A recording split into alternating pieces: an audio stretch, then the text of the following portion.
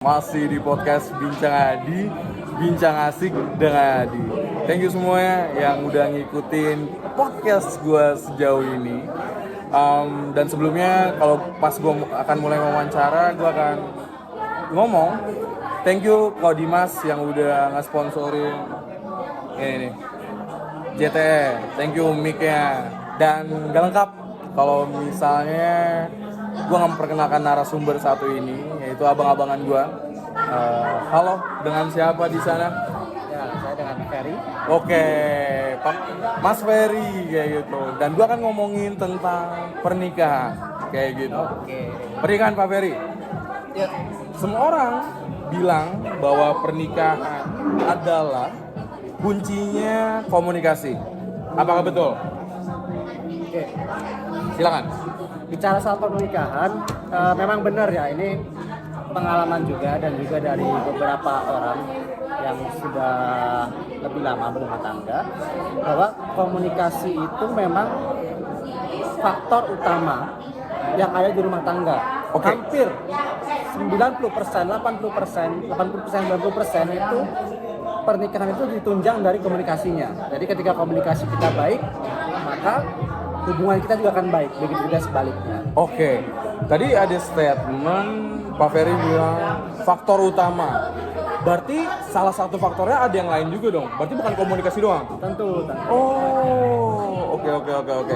Nah, kenapa setiap orang, bahkan kita sebelum lanjutnya ya, setiap orang dari Adi juga, bahkan Pak Ferry tadi, bahwa komunikasi itu adalah suatu hal yang penting. Kenapa? Kalau ditanya kenapa, Pak Ferry akan jawab apa? Yang sudah mengarungi pernikahan, berapa tahun Pak? Belum lama sih, setahun. Oke, setahun. Oke, kenapa? Itu jadi bagian hal yang cukup penting. Kenapa ya? Jadi begini, kita itu sebenarnya manusia adalah basicnya adalah kita makhluk sosial. Jadi kita itu butuh lawan bicara. Lalu jadi gini, ketika kita masih muda, kita mungkin punya banyak teman, kita punya banyak tempat untuk kita mencurahkan perasaan kita, mencurahkan keluh kesah kita gitu ya ke teman dan lain-lain gitu. Tapi ketika kita sudah lama-kelamaan, semakin bertambahnya usia, bertambahnya kesibukan, itu kan yang awalnya mungkin cuma sekolah, bermain, organisasi, sekarang udah berkeluarga, apalagi kalau sudah punya anak dan lain-lain, itu nanti waktu kita untuk bermain, untuk keluar itu pasti akan berkurang. Dan orang yang akan selalu lebih sering kita lihat, lebih sering kita ajak ngobrol itu pasti istri, pasangan. Itu pasti pasangan, suami, istri, anak, keluarga, itu semua yang akan sering kita ajak bicara ke depannya. Oke, paham sampai sini. Berarti tadi disinggung, istilahnya tanggung jawab bertambah, ruang lingkup kita makin kecil. Ya karena kan memang ada tanggung jawab yang emang skala prioritas ya, itu sangat penting, yaitu istri dan anak. Nah, jadi point of view-nya komunikasi ini ya mau bisa dibilang mau nggak mau kita harus ngobrol dengan istri dan anak. Oke, sampai sini cukup paham. Nah, seandainya poin komunikasi ini dihilangkan, apakah si pernikahan ini akan tidak baik-baik saja? Jadi begini, ketika kita bicara masalah pernikahan, itu dimulai dari sebelum pernikahannya. Jadi dimulai dari sebelum pernikahannya. Jadi kebanyakan orang berpikir bahwa ketika kita sudah menikah, oh ya sudah, berarti permasalahan selesai. Itu semua selesai, berarti semua sudah aman dengan hanya ikatan pernikahan aja. Padahal enggak. Itu semua dibangun dari sebelum pernikahannya. Jadi kita komunikasi itu dimulai dari sebelum pernikahannya, pranikahnya gitu ya. Jadi kalau gua pribadi gitu ya, gua itu dulu ketika sebelum menikah sama istri gua gitu, gua itu udah komunikasikan dulu. Jadi ketika nanti kita berumah tangga, itu nanti kita mau ngapain aja, target kita ngapain ke depannya, dalam berapa tahun ke depan kita mau ngapain, punya anak berapa, nanti cara mendidiknya seperti apa, keseharian rumah tangga nanti seperti apa, kalau nanti ada masalah seperti apa dan seterusnya, itu lengkap semua kita bahas juga. Sebelum pernikahan. Sebelum pernikahan. Itu sebelum pernikahan, jadi udah harus siap. Jadi nikah itu bukan menikah lalu kita mempersiapkan, bukan, tapi sebelumnya kita persiapkan dulu. Lalu nanti ketika sudah menikah, kita laksanakan plan-plannya. Walaupun nanti ketika sudah pernikahan itu tetap kita harus belajar juga, tetap selalu belajar. Oke. Jadi tetap komunikasi ini di sebelum pernikahan dibangun, diceritakan, dan dalam artian si komunikasi ini jadi apa ya? Jadi peta ya, peta bahtera. Betul. Oh, oke. Berarti dengan statement tadi pas menikah itu belajar juga, jadi nggak masalah kalau plan-plan tadi ternyata ada yang melenceng, ada yang baru, nggak apa-apa. Gak ada masalah. Itu semua tergantung gimana komunikasi kita. Makanya komunikasi itu penting. Karena gini, ketika kita hidup itu kita berumah tangga ya, itu kita tidak hanya bersatu antara pasangan istri dan suami. Oke. Tapi nanti kita ada faktor-faktor eksternal.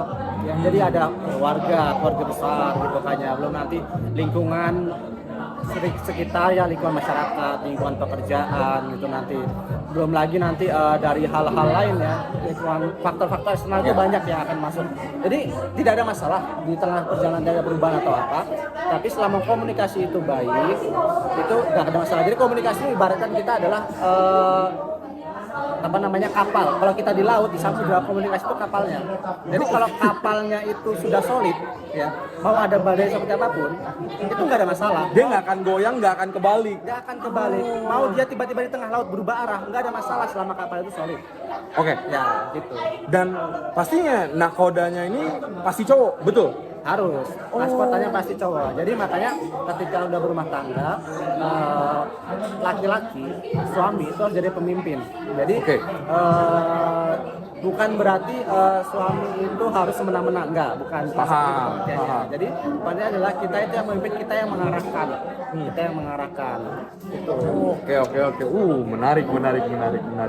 Berarti dengan statement semua orang bilang hidup ini harus dijalani, tetap jalanin juga harus ada nakoda ya. Harus. Masa kalau ada tai di depan kita nggak ngindar? Iya dong. betul statement itu ya, betul. Itu betul. Oke. Lantas kalau kita Pak Ferry mungkin Pak Ferry kan ya kita tahu Pak Ferry kita pernah sholat bareng, kita Pak Ferry Muslim. Di zaman sekarang ada pra pernikahan kayak seminar gitu. Oke. Menurut lu itu penting nggak sih Pak? Menurut gua seminar pernikahan itu bisa dibilang penting, bisa dibilang juga enggak gitu. Kenapa? Bisa dibilang penting itu karena pertama memang pernikahan itu kita harus siap bukan hanya dari segi materi, bukan hanya dari segi mental aja, tapi dari kapasitas ilmu. Nah itu juga penting. Jadi kita harus tahu ketika kita rumah tangga ilmunya itu seperti apa, banyak ilmunya itu. Jadi kita bisa dapat dari mana aja lah, dari psikiater, dari konsultan dan seterusnya, dari dokter dan lainnya atau orang tua. Satu itu ilmu sangat penting gitu ya. Dibilang nggak penting, kenapa nggak penting? Ya karena gini, nggak penting akan jadi nggak penting kalau kita mengikuti itu hanya sebagai standar prosedural aja. Itu jadi nggak penting karena esensinya itu bukan di situ. Dan pastinya tiap orang punya cerita pernikahan berbeda kan? Pasti. Karena nggak ada buku pasti tentang pernikahan dong. Ya, nggak ada. Nggak ada buku pasti pernikahan. Wah, menarik. Terus, berarti kita udah ngomong sampai 9 menit nih. Berarti Pak Ferry setuju bahwa komunikasi itu penting banget. Ya. Oke. Lantas di zaman sekarang banyak yang menikah kaget. Kok lu sifatnya begitu sih? Apa itu komunikasi yang tidak dibangun? Apa tidak ada jujuran kedua belah pihak atau bagaimana kalau misalnya lu lihat fenomena sekarang, Pak? Oke. Fenomena sekarang. Jadi gini, mungkin gua akan cerita dulu dari sudut pandang gua ya. Jadi ketika gua menikah, seperti yang gua bilang tadi, pernikahan itu semuanya sudah dipersiapkan. Ya. Dari komunikasinya, dari visinya. Jadi ketika gua menikah itu dengan istri gua yang sekarang itu, ketika menikah gua itu punya visi. Jadi gua tentukan visinya. Gua punya visi karena gua sebagai pemimpin, ibarat kita sebagai nakoda gitu ya. Kita harus tahu kapal ini mau berarahnya kemana, ngarahnya kemana. Ya. Jadi ketika kita nanti di tengah perjalanan mau mampir-mampir itu nggak ada masalah selama tujuan utamanya tercapai. Nah itu visi dulu pertama. Nah nanti makanya ketika kita udah menikah itu banyak orang yang kadang kaget ketika udah menikah, loh kok kamu begini gitu kan. Nah itu karena tadi sebelum menikah dia tidak membicarakan tujuan utamanya, tujuan poin utama penting kita itu mau kemana, mau seperti apa. Kalau menurut gue, selama gue sampai ke tujuan, walaupun gue di tengah jalan ada macet misalkan, kalau ibaratkan gue kapal ya, ada macet kehabisan bensin, gue mampir dulu, ya kan. Gue kadang mampir ke tempat yang nggak bagus, ada badai tengah jalan, ya kan. Terus tiba-tiba di tengah jalan tuh ada badai karena kita udah bersikap tenang, tapi penumpang kita nggak tenang. Ada yang seperti itu, ya kan. Kok kamu nggak tenang sih, kan udah disuruh tenang gitu kan. Dan seterusnya seperti itu, ibaratnya seperti itu. Sama juga di rumah tangga. Ketika kita mungkin masih di awal, masih PDKT, ya masih perkenalan gitu kan, ternyata orangnya baik-baik aja. Tapi ketika kita udah menikah, kok kamu berubah sih sifatnya gitu kan ya? Kenapa bisa seperti itu gitu kan ya? Karena memang ketika kita masih di awal itu, kita selalu, sifat manusia itu selalu ingin menunjukkan yang terbaik orang lain. Jadi ketika kita masih pendekatan, kita selalu ingin memberikan yang terbaik, sifat baik kita. Nah, kedepannya pasti kan menunjukkan sisi buruknya. Nah, kalau kita udah menunjukkan sisi buruk, apa yang kita lakukan? Apakah kita akan menyerah? Apakah kita akan ya sudah, terserah gimana aja gitu kan? Apakah akan seperti itu? Gitu kan ya? Tentu enggak. Menurutku sih itu jadi bumbu-bumbu dalam rumah tangga gitu ya. Hal itu bumbu-bumbu dalam rumah tangga. Yang penting kita sepakat dalam tujuan besarnya, tujuan akhirnya. Seperti itu. Anjir, benar-benar. Jadi maksudnya ketika fenomena ini anak-anak cerita, kok lu gini, kok lu gitu, ya itu bagaikan bumbu. Iya. Karena saat kita menikah, kita tuh ya harus menerima semuanya, bener kan? Betul. Oh, oke. Dan tadi yang dibilang Pak Ferry bahwa ya itu dipersiapkan di sebelumnya, kita mental juga, kita ceritain komunikasi kita ke depan gimana. Oh, jadi setiap orang itu mengatakan pernikahan tuh bukan cuma di mulut saja, tapi secara keseluruhan. Iya, betul. Oh, oke. Wow, oke. Menarik. Terakhir, ini nggak ada jawaban salah atau benar. Aku sering nanya ke orang-orang kolega-kolega aku, teman-teman aku, Pak Fer, tentang bercerai. Oke. Amit-amit jauh-jauh. Kan katanya saat kita mengijab kabul, itu adalah jodoh kita. Oke. Saat bercerai, itu gimana? Apakah itu bukan jodoh kita atau gimana? Tanggapan lu, Pak? Ya, jadi gini, gua itu berbicara ke istri gua, selalu berbicara ke istri gua. Ya, jadi gini, ketika aku memilih kamu, ya, ketika gua milih lo itu, gua tuh ibaratkan gini, gua itu seseorang yang sedang berada di hutan yang luas. Oke. Yang gua tuh nggak tahu seberapa luas hutan itu, ada apa aja di dalam hutan itu, entah itu bahaya atau enggak. Nah, lalu ketika gue itu pergi, gue itu ingin mencari sekuntum bunga yang indah. Di perjalanan, gue udah nggak tahu berapa lama berjalan, nggak tahu sepanjang apa yang hutan, gue nemu bunga yang indah. Oke. Lu punya dua pilihan, gitu kan ya. Pertama, lu ambil bunga itu, Betul. lu rawat, lu jaga. Yang kedua, lu abaikan itu, lu cari yang lain. Cabut aja. Ya. Kalau gue, begitu sama istri gue, aku ketika bertemu dengan bunga itu, aku akan ambil bunga itu, aku rawat, aku tumbuhkan, aku besar, aku kembang biakan. Oke. Karena ketika aku mencari yang lebih lagi, selalu ada yang lebih di depannya. Karena hutan itu luas, kita nggak tahu apa yang di hutan itu. Selalu ada yang lebih indah, tapi jangan lupa di sana juga ada bahaya, ada jurang, ada ini, dan seterusnya. Jadi ketika gue sudah dapat bunga itu, gue ambil bunga itu, gue rawat, gue didik, gue kembang biakan itu. Jadi gue selalu berbicara seperti itu ke istri gue. Nah, jadi ketika orang menikah, lalu banyak kan sekarang fenomena-fenomena itu anak nikah muda, nikah cepat, terus ternyata ujung-ujung bercerai gitu kan ya. Karena itu tadi dari segi mental, dari segi kapasitas ilmu pengetahuan, ataupun dari segi ekonomi itu juga paling banyak juga ya sebab perceraian itu. Tiga hal itulah. Itu mereka belum siap. Jadi mereka itu menganggap pernikahan itu harus semakin cepat menikah semakin baik. Padahal pada dasarnya menikah itu bukan semakin cepat semakin baik. Tapi ketika kita siap, satulah kita menikah. Jadi setiap orang punya umurnya, punya waktunya masing-masing untuk menikah. Ya, jadi kita nggak bisa bandingkan orang ini dan orang yang lain. Ya, seperti itu. Jadi apakah itu jodohmu atau bukan? Itu tergantung kamu lagi. Ketika kamu mempertahankan itu berarti jodohmu. Kalau kamu nggak mau mempertahankan, itu bukan jodohmu. Sesimpel itu ya? Sesimpel itu. Oh, dan satu harus garis bawahi, Pak Ferry selalu bilang ke Adi, nikah adalah bukan perlombaan. Ya. Dan nikah, tiap orang punya tangganya masing-masing. Dan nikahlah ketika siap. Ya. Oke. oke. Wow, menarik. Wah, ini gue jadi lebih paham bahwa tentang komunikasi, karena gue selalu mengagungkan bahwa komunikasi ini adalah suatu yang penting kayak gitu, dan Pak Ferry pun bilang itu adalah faktor salah satu utama ya kayak gitu. Terus juga kasih tahu kesiapan mental kayak gitu, dikasih tahu nih, dijelasin visi misinya mau apa ke depannya kayak gitu.